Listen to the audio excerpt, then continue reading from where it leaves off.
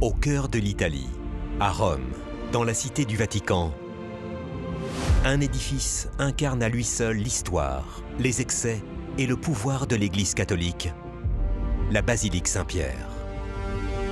Véritable mégastructure religieuse, ses dimensions en font un lieu de culte hors du commun.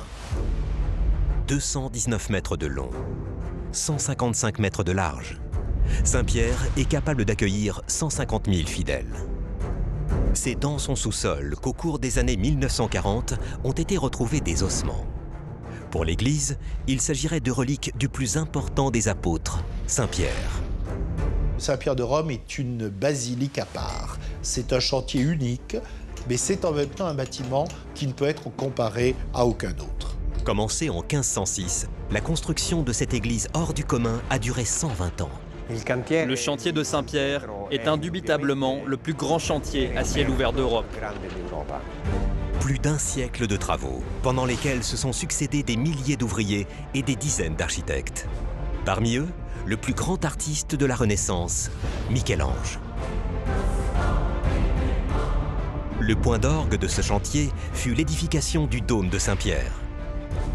Une structure à double calotte de 42 mètres de diamètre, qui culmine à 137 mètres et dont le poids avoisine les 14 000 tonnes.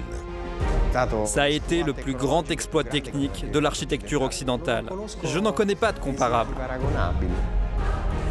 Saint-Pierre de Rome, l'histoire d'une église qui fut l'orgueil des papes de la Renaissance. C'est un instrument de pouvoir, un instrument de manifestation justement de l'autorité du pape. Un instrument de pouvoir qui va mettre en lumière tous les travers de l'Église catholique. Il y a des enfants illégitimes, des relations ouvertes avec des courtisanes. Art, guerre, religion.